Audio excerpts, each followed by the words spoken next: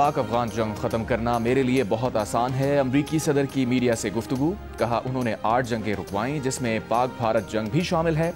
پاکستان اور افغان طالبان سرکار کے درمیان جنگ بندی میں 48 گھنٹے توسیع پر اتفاق۔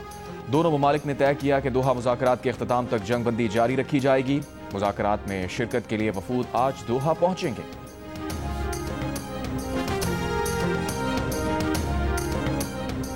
اب پاکستان میں وہ افغان رہے گا جس کے پاس ویزا ہوگا۔ پاکستان میں کسی شخص کو افغان کو پناہ دینے کی اجازت نہیں ہوگی۔ وزیر اعظم شہباز شریف کی زیر صدارت اجلاس میں فیصلہ، بتایا ایگزٹ پوائنٹس کو بڑھایا جا رہا ہے تاکہ افغانوں کی وطن واپسی سہل اور تیزی سے ممکن ہو سکے۔ وزیر اعظم شہباز شریف نے کہا فیلڈ مارشل عاصم منیر کی قیادت میں افواج پاکستان نے افغانستان کے حملوں کو پسپا کیا۔ ان سمیت پوری قوم فیلڈ مارشل کو خراج تحسین پیش کرتی ہے۔ اجلاس میں فیلڈ مارشل عاصم منیر، وفاقی وزراء سندھ، پنجاب، بلوچستان، گلگت بلتستان کے وزرائے اعلیٰ اور وزیر اعظم آزاد کشمیر شریک ہوئے۔ وزیر اعلیٰ خیبر پختونخوا کی نمائندگی سابق صوبائی مشیر خزانہ مزمل اسلم نے کی۔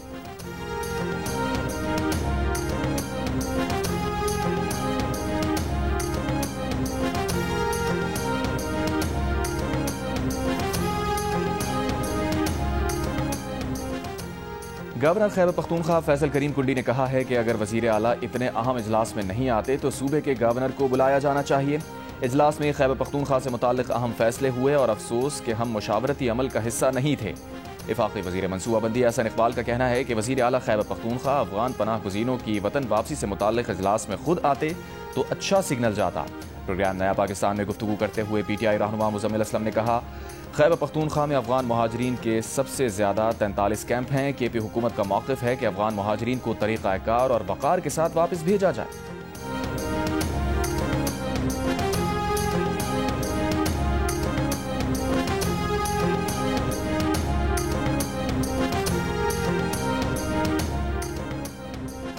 افغان طالبان وعدوں کے مطابق اپنی سرزمین دہشت گردی کے لیے استعمال نہ ہونے دیں، پاکستان کا افغان طالبان سے مطالبہ۔ ترجمان دفتر خارجہ نے کہا افغان حکومت اپنی سرزمین کو دہشت گردی کے لیے استعمال ہونے سے روکنے کی ذمہ داری سے خود کو بری نہیں کر سکتی۔ واضح کیا پاکستان کی جوابی کارروائی شہری آبادی نہیں دہشت گرد عناصر کے خلاف تھی۔ امید ہے افغان عوام ایک دن نمائندہ اور جامع حکومت کے تحت آزادانہ زندگی گزاریں گے۔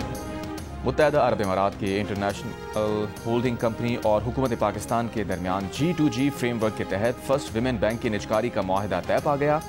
تقریب میں وزیر اعظم شہباز شریف، وفاقی وزراء، فیلڈ مارشل عاصم منیر بھی شریک ہوئے۔ تقریب سے خطاب میں وزیر اعظم نے معاہدے کو اچھے سفر کا آغاز قرار دیتے ہوئے کہا مشترکہ منصوبے دونوں ممالک کے مفاد میں ہیں۔ وزیر اعظم نے یقین کا اظہار کیا کہ اب یہ بینک پیشہ ورانہ انتظام اور دور اندیش قیادت کے تحت بہت تیزی سے ترقی کرے گا۔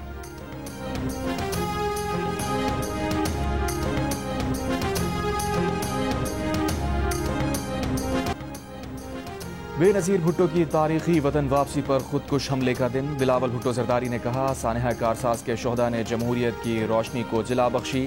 آصفہ بھٹو زرداری نے کہا کراچی کے شارع فیصل پر واقع کارساز کا مقام پاکستان میں جمہوریت کی لہو رنگ جدوجہد کا گواہ ہے۔ اسی مقام پر جمہوریت پر بزدل دشمنوں نے گھات لگا کر حملہ کیا مگر وہ جمہوریت کے سفر کو روک نہ سکے۔ مشرق کی بیٹی کو نشانہ بنایا گیا مگر ان کے وفادار ساتھیوں نے اپنی قائد کو بچانے کے لیے اپنی جانوں کی قربانی دے دی۔ سانحہ کارساز کے 180 شہداء کی قربانیاں رائے گاہ نہیں گئیں۔ بلاول بھٹو زرداری کی ہدایت پر پیپلز پارٹی کے تمام ضلعی ہیڈ کوارٹرز میں دعائیہ تقاریب ہوں گی۔ بلاول ہاؤس کراچی میں پاکستان پیپلز پارٹی کی سینٹرل ایگزیکٹو کمیٹی کا اہم اجلاس آج شام ہوگا۔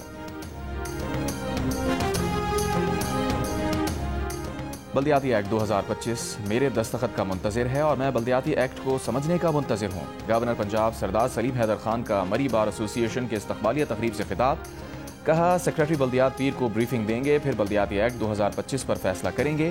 کہا مری میں تجاوزات آپریشن کے لیے مقامی لوگوں کے گلے شکوے دور کرنے کی ضرورت ہے۔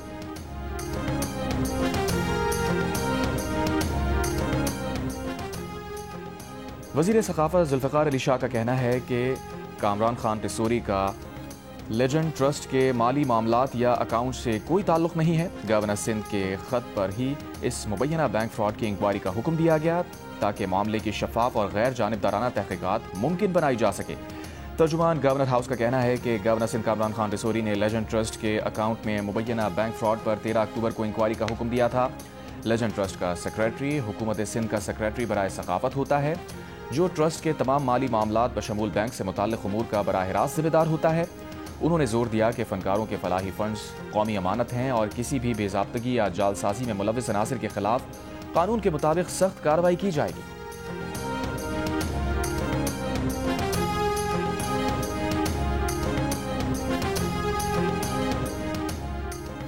وزیر اعلیٰ خیبر پختونخوا کی بانی پی ٹی آئی سے ملاقات نہ کرانے پر خیبر پختونخوا حکومت نے اسلام آباد ہائی کورٹ اور سپریم کورٹ سے رجوع کر لیا۔ ایڈوکیٹ جنرل خیبر پختونخوا نے اسلام آباد ہائی کورٹ میں درخواست جمع کرائی۔ چیف جسٹس یحییٰ آفریدی کے نام خط میں وزیر اعلیٰ کے پی کی بانی پی ٹی آئی سے ملاقات کے لیے اڈیالہ جیل حکام کو ہدایت دینے کی درخواست۔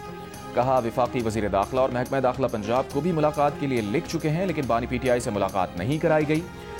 سہیل آفریدی بانی پی ٹی آئی سے صوبے کے انتظامی امور اور صوبائی کابینہ کی تشکیل سے متعلق ہدایات لینا چاہتے ہیں۔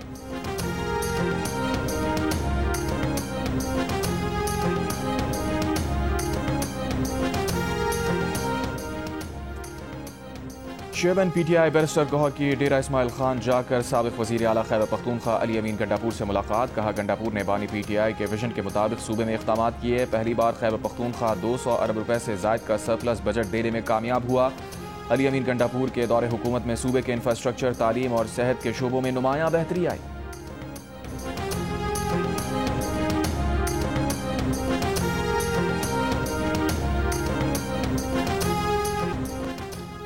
کراچی کے علاقے کرنگی میں مبینہ مقابلہ، ڈاکو ہلاک، شناخت بدر اسلام کے نام سے کی گئی۔ پولیس کے مطابق ہلاک ڈاکو پر مختلف تھانوں میں 13 سے زائد مقدمات تھے۔ مقابلے کے دوران فرار ملزم کا ساتھی تاحال پکڑا نہ جا سکا۔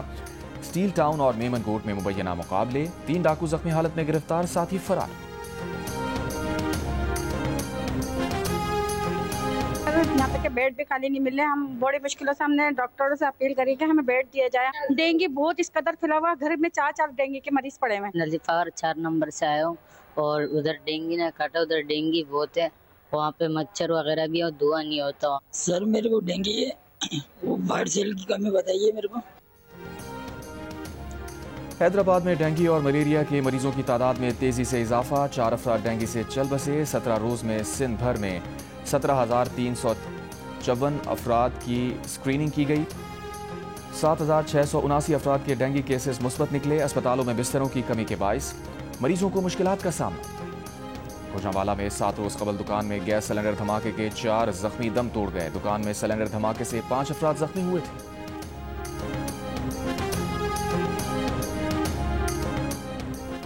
سپریم کورٹ میں چیف جسٹس پاکستان کی سربراہی میں national judicial policy making committee کا اجلاس۔ عدلیہ میں مداخلت کے خلاف ادارہ جاتی رد عمل پر غور۔ چیف جسٹس پاکستان نے کہا اعلیٰ عدلیہ کے ججز کی آزادی اور سالمیت کے تحفظ کے لیے اقدامات ضروری ہیں۔ بیرونی اثر و رسوخ کا جواب دینے کے لیے ایک ادارہ جاتی میکانزم بنانے کی کوشش ہے۔ اجلاس میں ججز کے کوڈ آف کنڈکٹ میں ترمیم کا معاملہ جوڈیشل کونسل کے سامنے رکھنے کا فیصلہ کیا گیا۔ ہائی کورٹ کے چیف جسٹسز نے چیف جسٹس پاکستان کی تجویز سے اتفاق کیا۔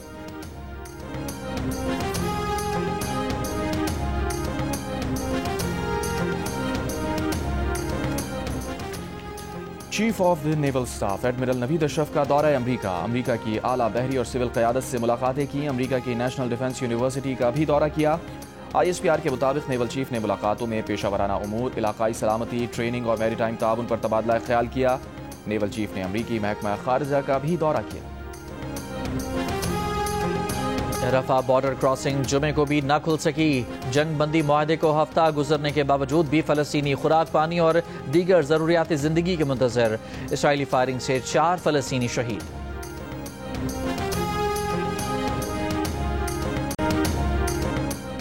یوکرینی صدر زیلنسکی کی وائٹ ہاؤس میں صدر ٹرمپ سے ملاقات۔ امریکی صدر نے کہا کہ یوکرین کو ٹوماہاک میزائل کی فراہمی پر گفتگو کریں گے۔ امید ہے کہ ان میزائلوں کی فراہمی کے بغیر ہی جنگ بندی ہو جائے گی۔ ٹرمپ کا کہنا تھا کہ وہ پیوٹن سے ہونے والی گفتگو پر یوکرینی صدر کو اعتماد ملیں گے۔ انہیں لگتا ہے کہ صدر پوتن جنگ بندی چاہتے ہیں۔ یوکرینی صدر نے کہا کہ یوکرین کے لیے سب سے اہم سیکیورٹی ضمانتیں ہیں۔ پر امید ہے کہ ٹرمپ روس یوکرین جنگ بندی کروانے میں کامیاب ہو جائیں گے۔ بادشاہ چارلز کے دباؤ پر برطانوی شہزادہ اینڈریو کا ڈیوک آف یارک کا لقب چھوڑنے کا اعلان۔ تمام اعزازات اور القابات کا استعمال ختم۔ آنجہانی ملکہ کے بیٹے ہونے کے سبب شہزادہ کہلانے کا حق حاصل رہے گا۔ شہزادہ اینڈریو پر جیفری ایپسٹین سے تعلقات پر طویل عرصے سے تنقید جاری تھی۔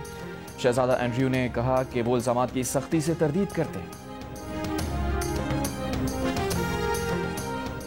کینیڈا کے شہر ایشوا میں واقع اسلامک سینٹر کے بانی ممبر کا مسجد کے قریب قتل 80 برس کے ابراہیم بالا کے قتل کی وجہ سامنے نہیں لائی جا سکی۔ اسلامک سینٹر کی جانب سے جاری بیان میں کہا گیا ہے کہ ہماری کمیونٹی کے ایک عزیز بھائی نے مسجد کے قریب اپنی جان کھو دی۔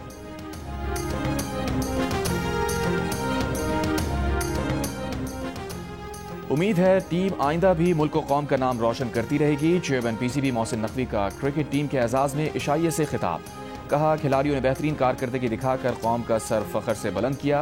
محسن نقوی نے کہا امید ہے پاکستان ٹیم کرکٹ کی درخشاں روایات کی ہمیشہ پاسداری کرے گی۔ پاکستان اور جنوبی افریقہ کی کرکٹ ٹیمز آج سے دوسرے ٹیسٹ میچ کی تیاری شروع کریں گی۔ ہفتہ اور اتوار کرکٹ ٹیمز کی پریکٹس سیشنز ہوں گے۔ پاکستان اور جنوبی افریقہ کے درمیان سیریز کا دوسرا اور آخری ٹیسٹ پیر سے راولپنڈی میں شروع ہوگا۔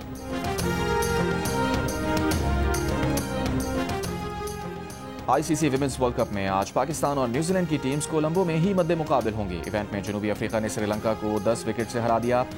بارش سے متاثرہ میچ میں سری لنکن ٹیم مقررہ 20 اوورز میں 7 وکٹ پر 105 رنز بنا سکی۔ جنوبی افریقہ کو ڈک ورتھ لوئس میتھڈ کے تحت 121 رنز کا ہدف ملا، جو اس نے کسی نقصان کے بغیر 15ویں اوور میں حاصل کر لیا۔ کپتان لورا 60 اور تزمین برٹس 55 رنز بنا کر ناٹ آؤٹ رہی۔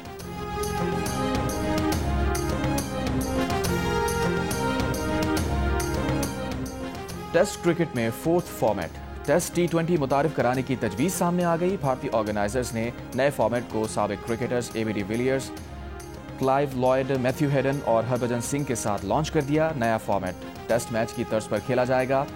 ٹیسٹ T20 80 اوورز پر مشتمل ہوگا، جس میں ہر ٹیم 20-20 اوورز کی 2 اننگز کھیلے گی۔ ابتدائی مرحلے میں یہ فارمیٹ 13 سے 19 سال کے نوجوان کھلاڑیوں کے لیے آزمائشی طور پر متعارف کرایا جائے گا۔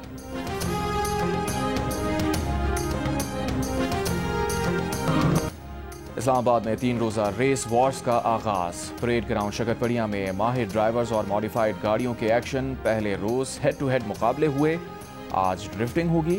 اتوار کو تیز ترین گاڑیوں کے درمیان ڈریگ ریس ہوگی۔ اور سندھ کی ثقافت اجاگر کرنے کے لیے کراچی میں تقریب، موسیقی کے روایتی آلات سے دھنیں فضاؤں میں بکھری۔ استاد ممتاز علی سفضل، استاد عبدالشکور، محمد طالب اور مظہر عمر امراؤ سمیت لوک فنکاروں نے فن کا شاندار مظاہرہ کیا۔